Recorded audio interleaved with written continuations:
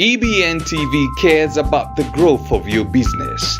To advertise with us, call 0725 386 501 or 0740 653 453. EBN TV, transforming your world. You are watching EBN TV, transforming your world.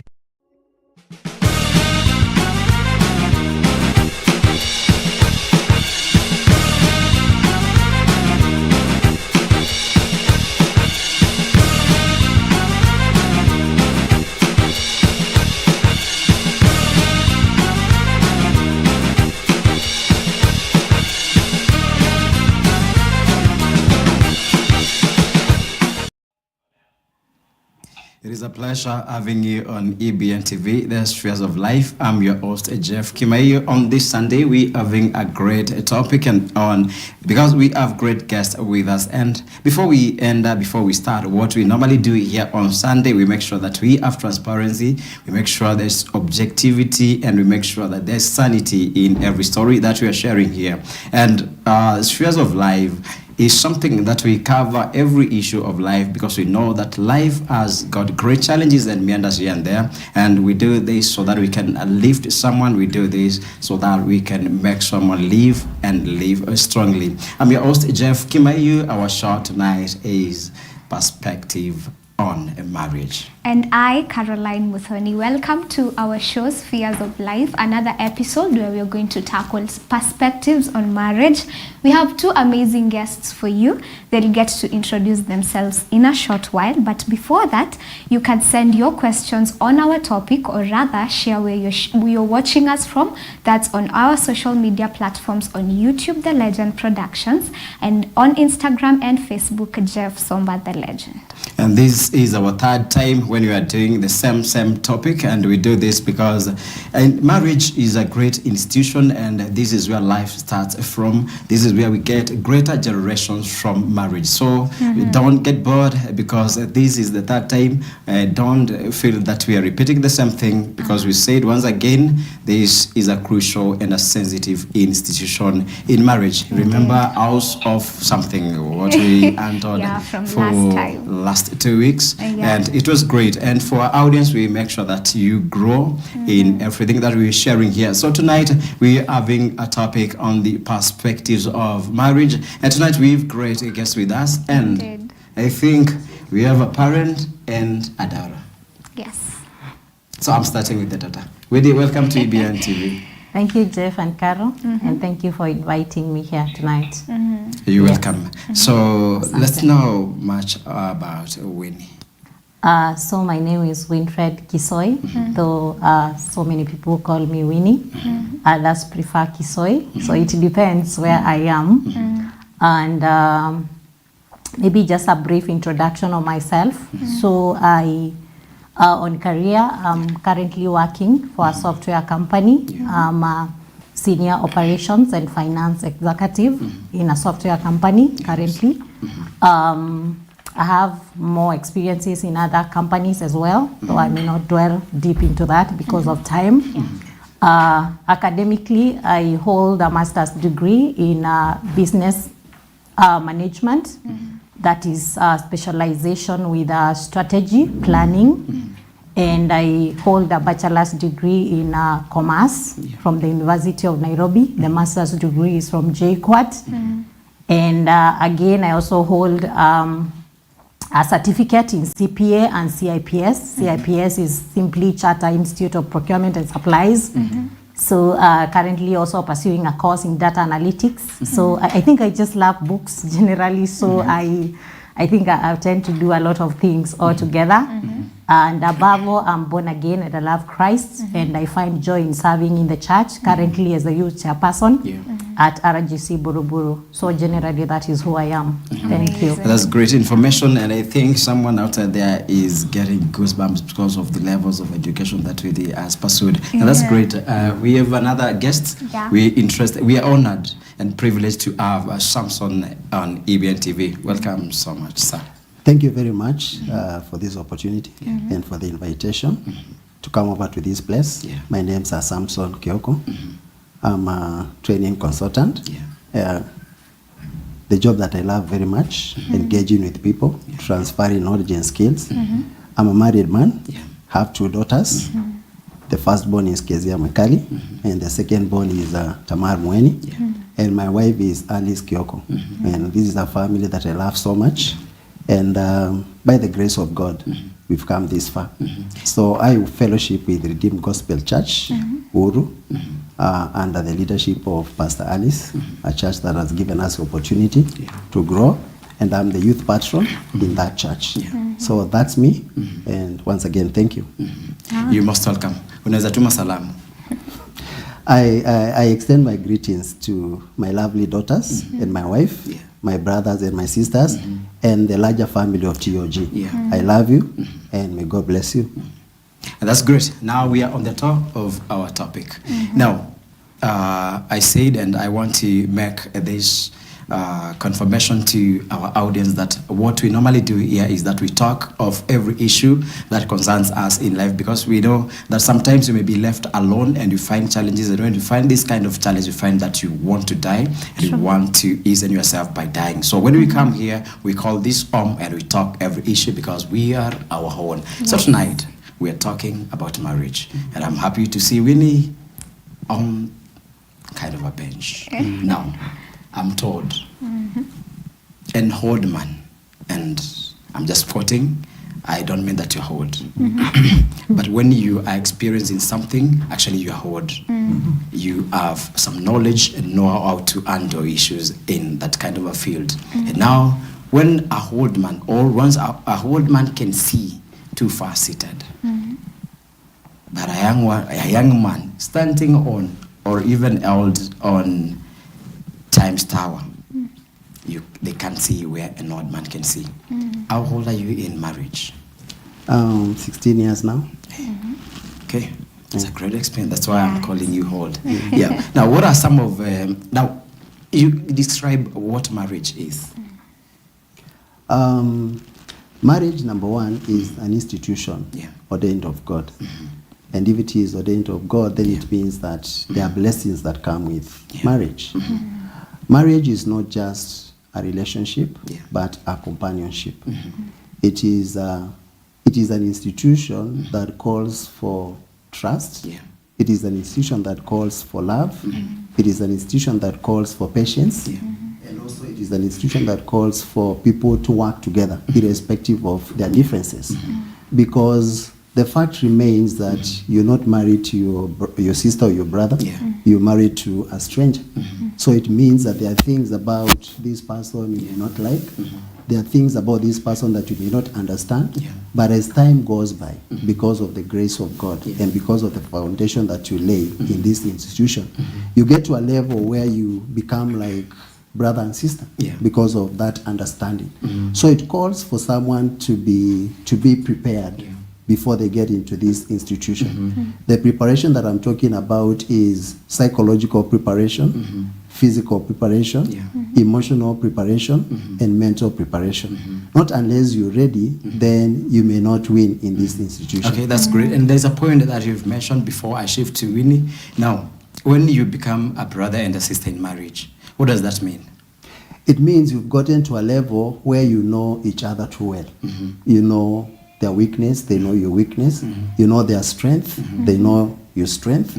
And you get to a level where now you overlook the weaknesses of a person and get together and get united together because of love. Because let me quote the Bible. The Bible says that love covers a multitude of sin. So because of love, you get to that level where you don't see the weak points or the weak areas of this person. In fact, when you get to that level, you tend to cover those weaknesses and become a pillar and a strength to this person. And okay, you can continue.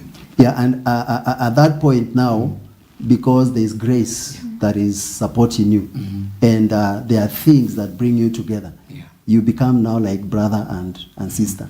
And I believe there is a chemistry that God understands well, where people tend to change, even the way they look. You now begin to look like your wife is your... And you're from the same yes, maybe parents. Looking And alike. now, in the same point of you are combining or having that kind of a compatibility with your partner, is there no that effect of being too much used to your, what do you say of that factor of being too used to? It is not necessarily getting too used to, but it is more of understanding that person. Because you can get used to someone, but you don't know them. That is why the foundation of effective marriage, in my view, comes as a result of, number one, taking time to learn that person. Okay. You learn them, get to know more about them, listen to them, and when you understand them better, you now get to a level where now you don't see them as just husband and wife, but as a colleague, as a companion in the institution. Okay, thank you for that information. Now, Winnie, you're good. I'm shifting to you now because what do you understand by marriage? And we here understand that your perspective may be so different because you're not married, you're not in that field. But because of the nuggets that we're getting from Mr. Samson, I think we are good to go. So what's marriage? Of course, I'm learning so much from Samson here tonight. As you say, Jeff, I'm not yet married.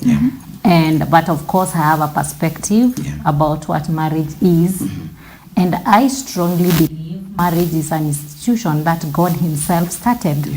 A union of two people, a male and a female, is started by God in the Garden of Eden when he created Adam. And he created for Adam Eve because he said it's not good for a man to live alone. So I want to believe it's a union of two people who come together to fulfill the purpose of God. And the purpose of God, number one, is procreation. So I believe God is looking at having the next generation because it's only through a man and a male and a female that we raise a next generation through procreation. And I also do believe strongly for the sake of companionship. And to achieve the agenda of God, that is bringing an offspring that will glorify God on the face of the earth. So that is my perspective on what marriage is. Yes. So from your side, do you think marriage is simple? Or do you think marriage is bed of roses? From what I've heard, I believe it's both. From what I've heard from friends, from what I've heard from people, I believe it is both. I believe there are times you enjoy marriage, but I also believe in the journey of life, you never have everything like on a silver platter. So I believe there are times where there are ups and downs. And one of the things that I want to say is that I want to really emphasize on commitment because even in my single life, like I picture myself when I was in primary school and I thought I had seen all the handsome boys around and everything. Then you go to high school, you see more handsome boys. Different ones. Then you go to university, now you say, wow. Then you go to the corporate world, now you are even more confused. So when I think about marriage, I tend to think and to believe it is not just love that really sustains a marriage. There is this thing called commitment. That is not, you're not with your wife or your husband because you've not met somebody better or you are not going to meet somebody better. There are always better people. And I think that is one of the most challenging part of marriages, why people maybe leave their spouses, why people are not faithful to their spouses, because it's an animal that we battle with right now. I believe it has to do with commitment. That every time you want to, every time it's like you've met somebody better and you don't know what to do. So I believe the way I've said, I'm always meeting better people. The moment I'll commit to somebody, then I believe as I meet other better people, I will say I already have met you the have one. To stick on. You have to stick on and get satisfied with that. Okay. Yeah, of course, now, on that point, there is something that I want to shift to Mr. Samson about now. How do you notice that this is your in person? So we take this to, because I think you, my co-host, and Winnie here on a different field, this is something that we got from an experienced person, and is Samson. Samson, now, how do I learn that Now, for example, I think relationships start in a platonic stage whereby you just simple friends, you just share, do simple things here and there, and one time you realize there's something shifting, there's a growth of a certain kind. How do you notice that you are in the right? And sometimes you may have different friends. Female friends, and you feel you are confused, you are at the crossroads, you don't know which way you want to take, but now you have to settle at one time and one point of life. How do you settle on knowing this is my person? I think there are two approaches to that. Number one, I believe that each and every person has qualities they seek for in a person. And number two, I also believe that we have dreams and a focus in life. And you're looking for someone who can assist you or support you in attaining your dreams. But above all, the most important thing is committing whatever you want to do to God. Because God knows everything. God knows the hearts of people. God knows the person that he has chosen for you. So if you commit your decision, or if you commit that which that you want to do to God, God is able to direct. Because I believe with the Spirit of God, the Spirit can direct you to the right person. And there's no way the Spirit of God will direct you to the wrong person. But the most important thing also is the confirmation. And the confirmation to answered prayers is peace. If you have that confirmation, then that is the right person for you. But at times we tend to... There's something not received well. Now, when does this confirmation come in? After maybe wedding, let's use wedding here. No, it is not after. It should be before. Because you're choosing the person to settle with. And you've been praying over this thing. So God will confirm. He can confirm through people. He can confirm between yourselves. And he can also confirm through signs. You know, God works in mysterious ways.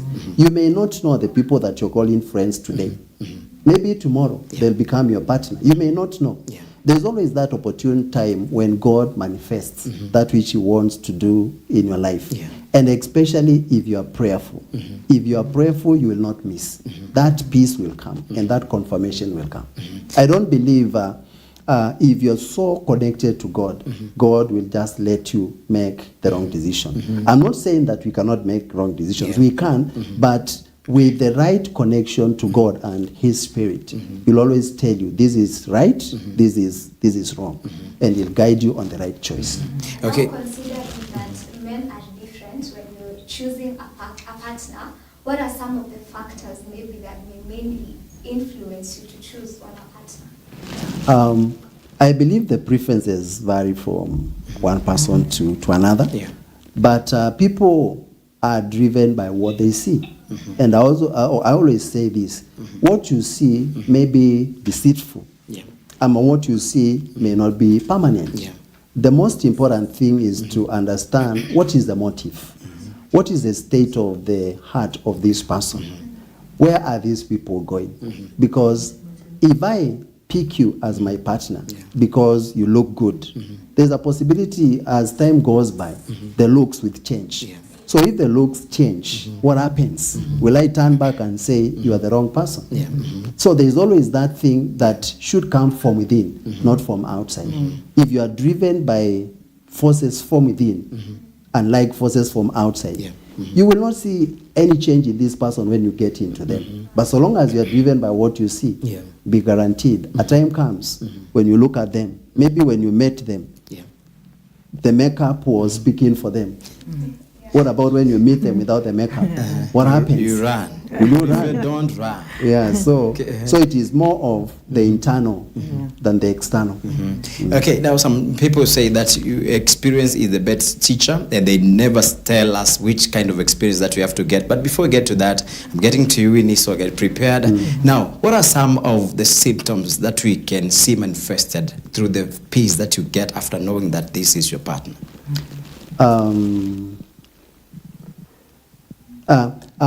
Let me put it this way. When you make a choice concerning a partner, it is an eternal choice, if I would say. So there are things that you may like or you may dislike. Yeah. There are things you may change and others you cannot change. Yeah. But one thing I believe, as partners, we are there to shape each other. Yeah. We are there to groom each other. I always say, if you want the best husband, make that person to be the best. Yeah. If you want the best wife, make that person to be the best. So as a partner in this institution, you have a responsibility of making this person to become the person that you want. Because maybe at the point where you met, there are things about them that were not that good. Yeah. And again, I also believe that there's nothing like perfection in marriage. Yeah. That is not there. It is a process. And because it is a process, it is a journey that you need to walk together. Dropping things that you don't like with understanding, and also ensuring that there is frequent communication. Because the more you communicate, the more you reveal more about yourselves.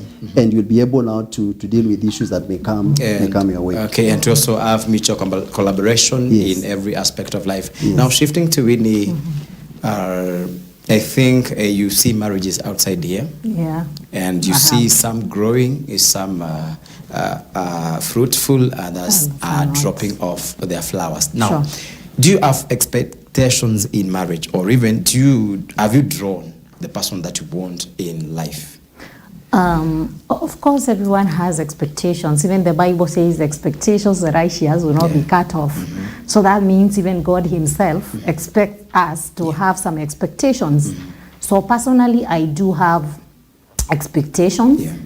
And there are those they call nowadays the bare minimums. What is a bare minimum that you can take? So I do have expectations. But again, what I would say about expectations, you know, everybody is in the race in the race of getting the right person.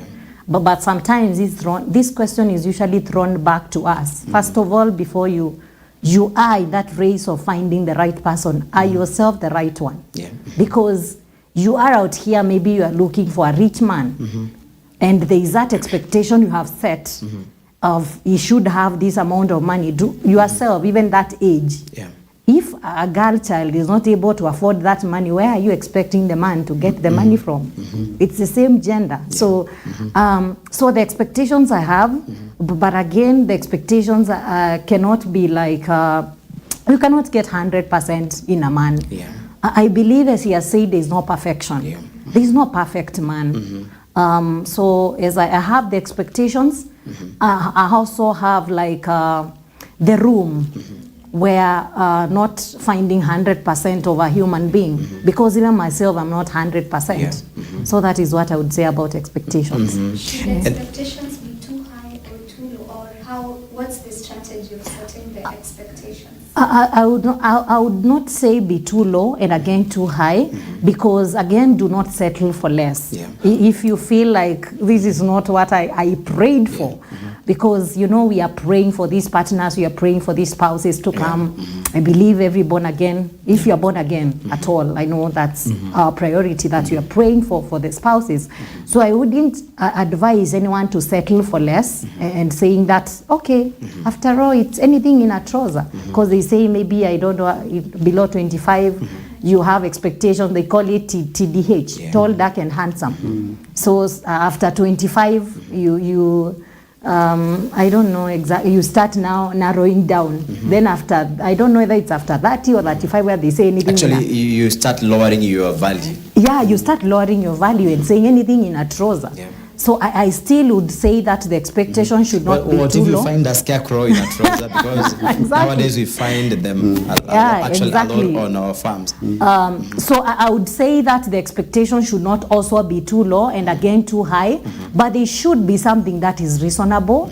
And above everything, you should just ask God for guidance and direction. Because I usually say, as a single person, when you're looking for somebody to settle with, when you meet the right person, you know you met the right person. And especially the way Samson has put it, when you are praying and you're entering into a wrong marriage, I can guarantee you know this is the wrong person. But because maybe you've waited for long, because you're not patient, because of pressure from outside, you just enter there and you say, let me just settle. So the expectations, I will not say, let them be too low, let them be too high, but I'll say, have your own what you're looking for, have what you're looking for, maybe have it in your mind, and again, just tell the Lord to guide you, because whatever you're looking for may not come packaged the way it is right now. You know, people also grow, and you don't know of the future. So some of the things maybe we are looking for, maybe you are looking for a man with a car. They don't have the car right now. It doesn't mean they will not buy the car tomorrow. So I think some of the things you also need to be considerate. It may not be looking like it today. It may not be there today. But what about tomorrow? Is this man with a vision? Is this woman with a vision where they are going? So those expectations, I believe they should be well packaged on what you are looking for, and in a way that also pleases the Lord. Okay, should you succumb to pressure from the outside? I don't think it's necessary, because I believe a marriage is for two.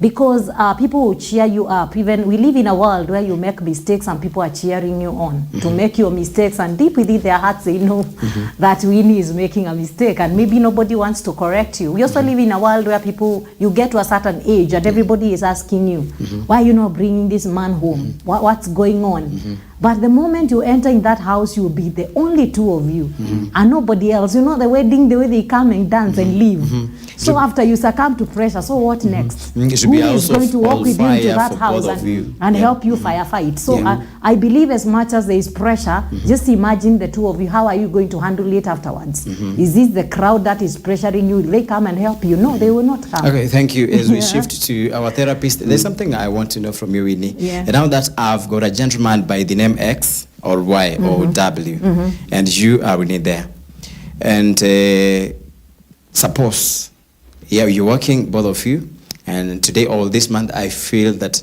I've had a load of budget to offload, and I ran out of cash or something I had to settle. I don't have that cash. Should you settle for gentleman W? Are you trying to say that suppose this gentleman has become broke? Yeah, that's what I mean. And you're asking whether I should settle with a broke man? No, not settling. It's not as such, but now suppose there's something I was doing and I'm out of cash this moment, and maybe for a spell of 1 month. Should you put out some of the bills? Now we are not married, remember? Oh yeah, this is now before you get married, and maybe this man has, maybe they have spent, they were settling something, maybe a family, maybe a sickness, and you're asking whether as a lady, I would foot the bills once we get married. Well, I'll proceed and foot the bill. That's a very difficult question.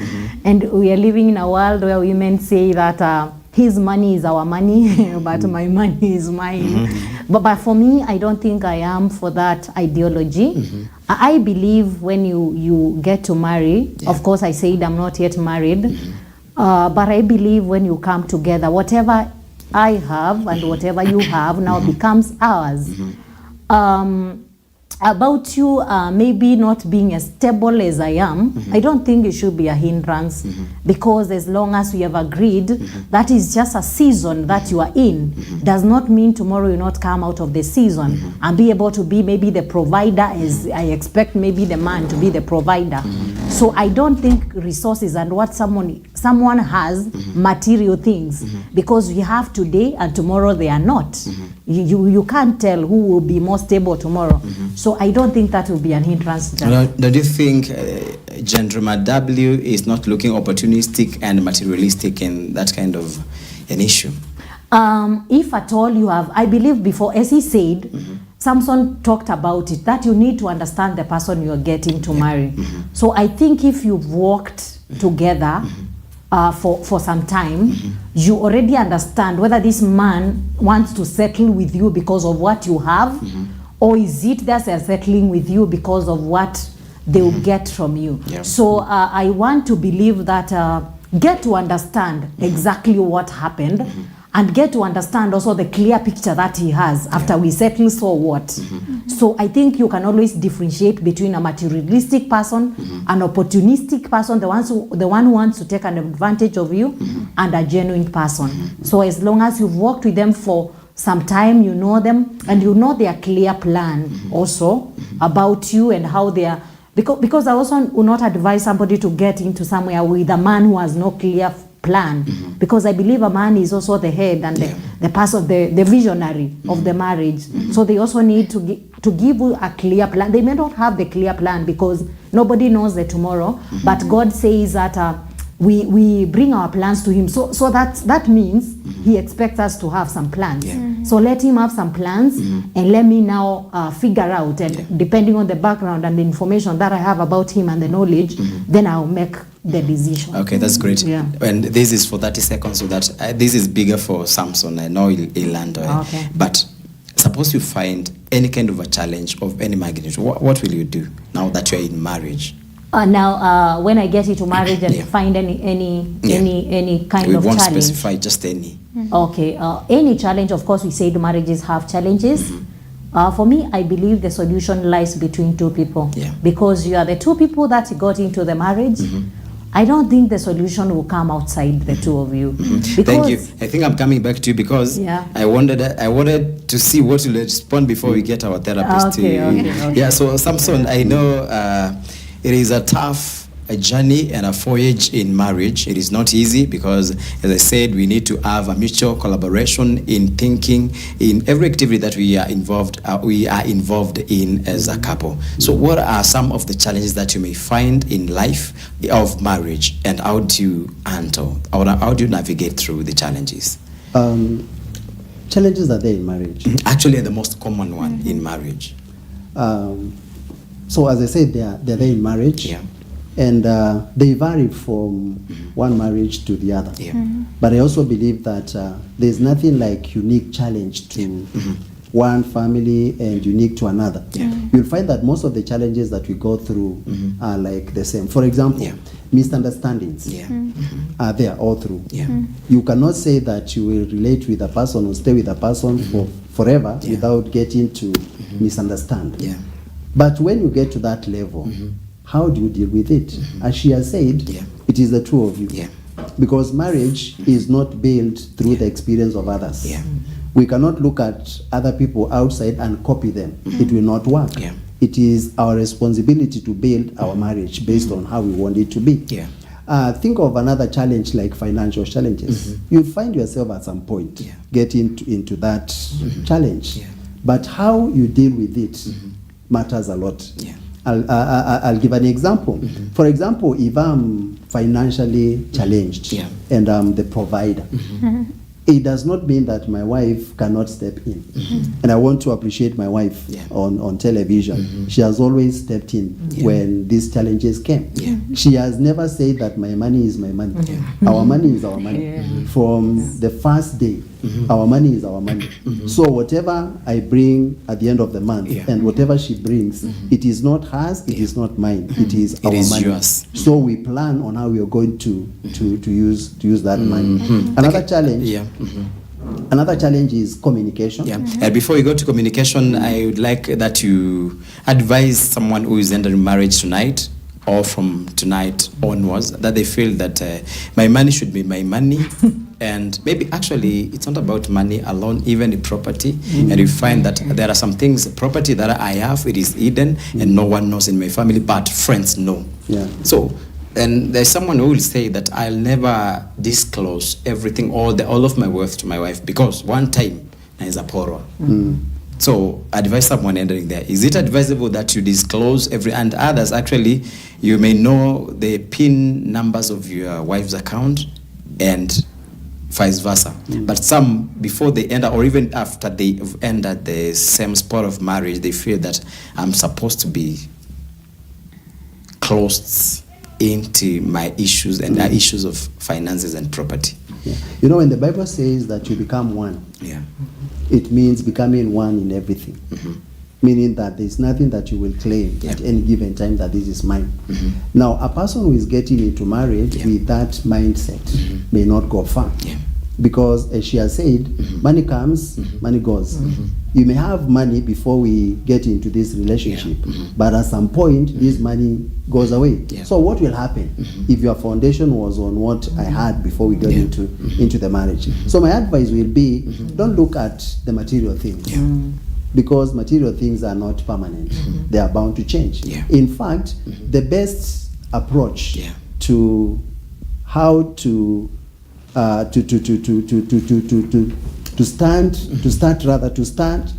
and support an effective marriage is by ensuring that at the starting point you are like starting at zero. If you start at zero, the two of you, there's always a possibility that you're going to raise that marriage and that family in the best productive way. So material things are not good. It is not a factor that you need to consider before you get into a relationship. Although I know with the influence of social media, we are looking for people who have something. People who have cars, people who have money and bank accounts and such. But at the end of the day, that is an influence that is not positive because it will mislead you to choosing the wrong person and the regret will always come. Now, Okay, before we go to Winnie, having been in marriage for a whole 16 years and still pushing, what are some of the factors or aspects that have kept you there for a whole 16 years, your strongholds? Number one is open communication. There is nothing that I hide my wife, and there is nothing that she does. There is nothing that she will do without informing me, and also there is nothing that I will do without informing her. Then there is also the element of trust. Trusting this person, whatever they are. If, for example, today I travel, she should have trust that wherever I'm going, I'll be safe and I'll come back. And is the exact place that you've mentioned you're going? Yes. So if there is trust, if there is communication, if there is respect, then you will walk this journey effectively. Okay, before we shift to Winnie, there is one question from one Purity Muthoni. She's asking, and I think we did this one generally about how you can know your partner by way of characteristics. But before, because she's requested, we also have to know from Sam, and let me call him Dr. Sam because he's treating marriages tonight. So how ameuliza utajuaje mwanaume anafaa kuowe? How do you know the man who's supposed to marry you? I think I'll repeat something that I mentioned, that we have preferences. And the choices that we make, in most cases, is influenced by what do I seek for in a person. But the most critical thing, and especially for a believer, the choice should be governed by prayer. It should be governed by guidance of the Spirit. Because as people, we are bound to make wrong choices.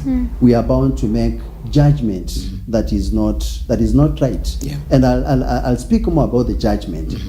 I've come to know that, or I've come to learn in the process of time that never judge a person based on their current state, because you don't know their tomorrow. True. I may judge you today, but tomorrow you become someone that I never expected. So it is just asking God, lead me, show me the right way, and God for sure will show you. You know, before we used to say that God can reveal this person even in a dream. And I agree to that. It is possible for God to reveal a person in a dream. It is again possible for God to connect you through friends.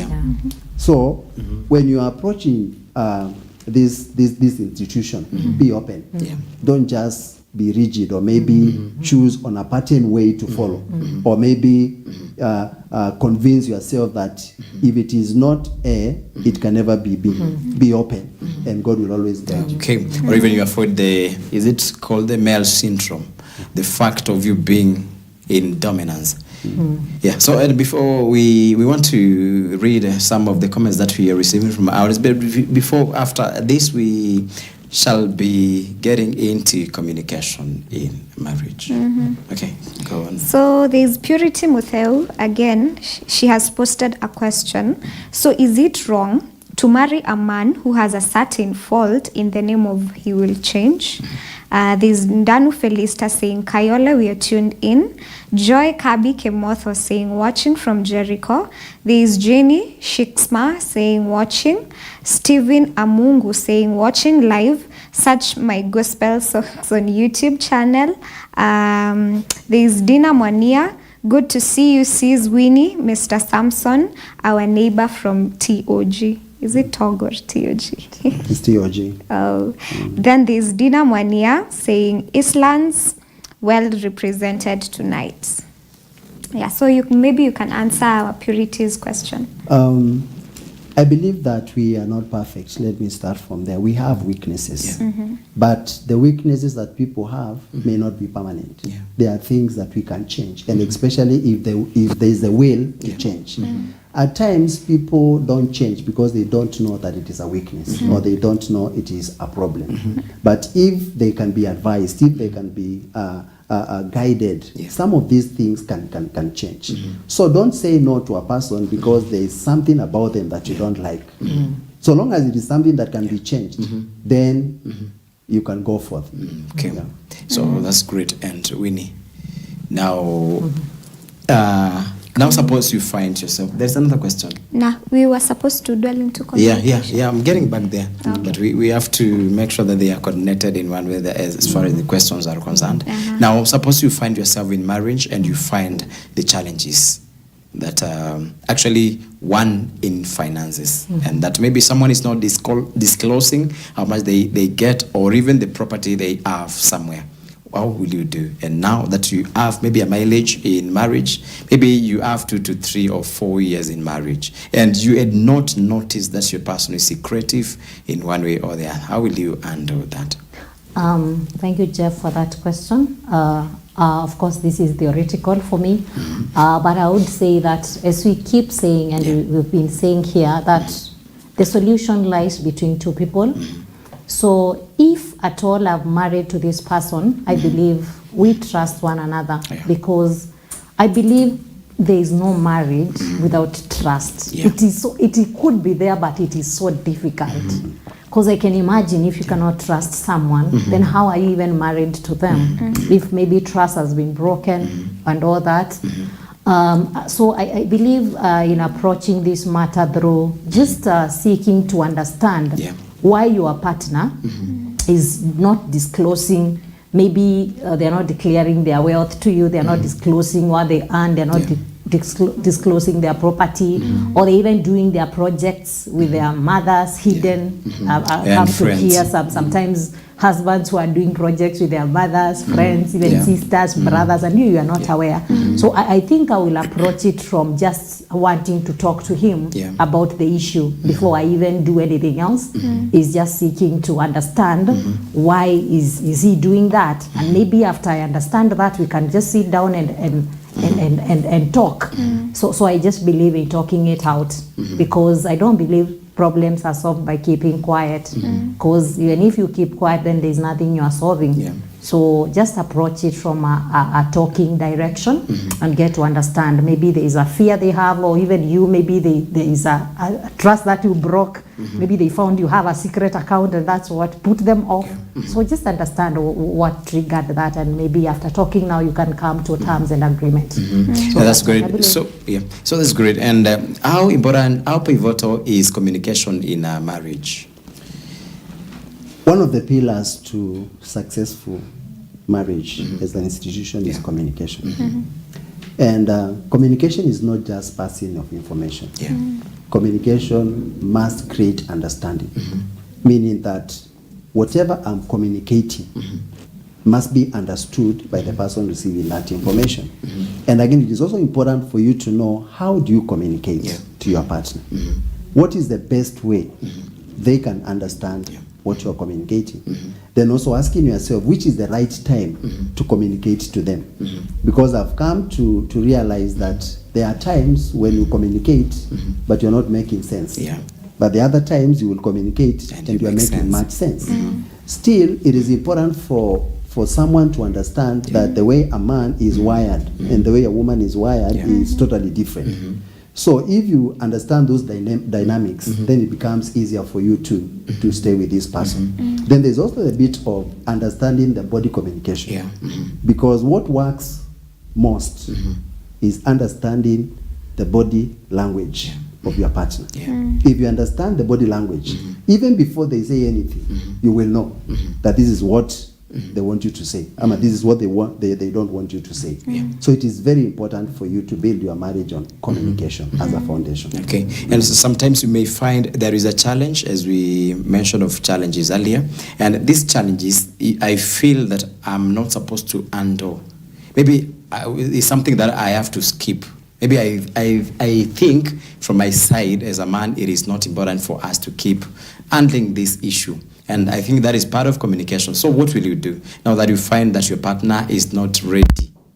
Although you mentioned about time, but I'm completely not ready to handle a certain issue. There's also that element of time is so critical. Yeah. When it comes, when you truly understand the person that you're dealing with. Yeah. Because if I know you well, then there's always the opportune time when I can say something. I'll put it in another different perspective. There are people who love communicating maybe one-on-one. If there's an issue that you want to deal with, other than getting into conflict, you just have a sitting or maybe go out and speak out the problem. There are other people who prefer maybe sending text messages. If, for example, I find myself on the wrong, or maybe I find myself in a situation, for me to transfer that information to maybe my wife, I can send a text message. A text message lays a foundation for furthering the communication. If, for example, it is an issue that we were dealing with, like yesterday, and we did not complete handling that issue, I can send a text message in the morning, knowing for sure when I come back, she'll make reference to the text message, and we'll be able now to continue with the with the conversation. But as I said, open communication is important. Open communication, very important. Okay, before we coming down, how important is communication? I believe communication is very important, and I was thinking about the way when we join tertiary institutions, campuses, colleges, there is a unit called communication skills, and it is compulsory for everyone. Be it you are doing medicine, you are doing engineering, whatever course you are doing, you have to study communication skills. And there is a reason they do that, because you cannot live in this world without knowing how to communicate. And you can only measure whether your communication is good if people understand what you're saying. Because leave alone even marriage, generally, if I'm communicating to you, Jeff, and you're not understanding me, then I'm a poor communicator. I'm not delivering the message. And part of communication, which is important, is the feedback. That communication is two-way. You can't say you are communicating, you're not getting any feedback. So that's why communication in marriage is important, and you should get also feedback from your spouse, because if you're communicating, you're not getting any feedback, then there is no communication. So I strongly believe communication is important, and being open and ensure that you are understood. Just know the language that your spouse understands, so that you know how to communicate to him or her. So that's what I would say about communication. Okay, that's great. And because of time, I think we shall be stopping there, but I want to have your final word of 30 seconds only. So next time, our audience, we are promising, if you be available, we shall be calling you back, and we shall be handling conflict and disagreements in marriage. So keep tuned on EBN TV, because this is your home, and the spheres of life. Make sure that you understand every meander and every challenge of life. So your final word, Mr. Samson. My final word, marriage works, but you have the responsibility of making it work. Marriage is enjoyable, and especially when you get to a level of having young ones or kids or children, it is very enjoyable. So it is my prayer, even to those who are looking forward to this institution. It is my prayer that they'll approach it in a positive way. And if they approach it in a positive way and with a positive attitude, it will work for them. That's great. Winnie, and make sure that you quote youth somewhere. Okay. So my final word to this is that marriage was authored by God, and God will not have authored something that doesn't work, because Him being a perfect God, God is perfect. We are the only people who have weaknesses, but God is perfect. So Him being in His perfection, starting marriage means that marriage would work. And the fact that he is the author, he has the manual for it. Yeah. So if at all a marriage is not working somewhere, Yeah. then maybe it means the manual is not being followed properly in that marriage. Because if, for example, you buy a phone, you buy a car, you have to obviously refer to that manual in case something is not working. Yeah. So I would maybe speak to any couple that having any challenges. Would you now get back to the author of the marriage and get the manual? Just read what maybe is not working and what did they say that you are not following. And to any young person looking forward to marriage, what I would say is that do not succumb to anybody's pressure. Do not listen to any sort of anything that is pressuring you, because at the end of the day it is about you and your spouse and God. No one will be, even your father, even your family, they will not be there to really help you. It's you, and you will walk in those shoes alone. So sit down, take your time, pray, and I pray that God will lead us all into the right people that he created for us before the foundations of the world were laid. So let's put our trust in him, and let us take a day at a time. There is no pressure about anything. God is the author of time. And the fact that he's made you maybe to wait for some time, there is a reason. So just walk in his will, and in the due time, God will settle you with the right person. Okay, Thank you so much. sentiment. From me, my dear viewer, is thanking you for being with us since we started the show, dwelling in the perspective of marriage with our two amazing guests, till now that we are wrapping up the show. A big thank you to our media crew behind the scenes. That's bosses Ken Olesaina and Muna for being part of us in this show, and to you for being here with us till we started till now. Thank you, and remember, you can also send a question you'd like us to ask next time, and following us on our social media platforms. That's on YouTube, The Legend Productions, and on Instagram and Facebook, Jeff Somba The Legend. Till next time, have a good night. We've had Samson and Winfred on our show Perspective on Marriage tonight. And thank you for you having us and us having you tonight on our show. This is the Spheres of Life. I'm your host, Jeff Kimayu. Until next time, we bless you. Good night. Have a great week. Bye-bye. Bye.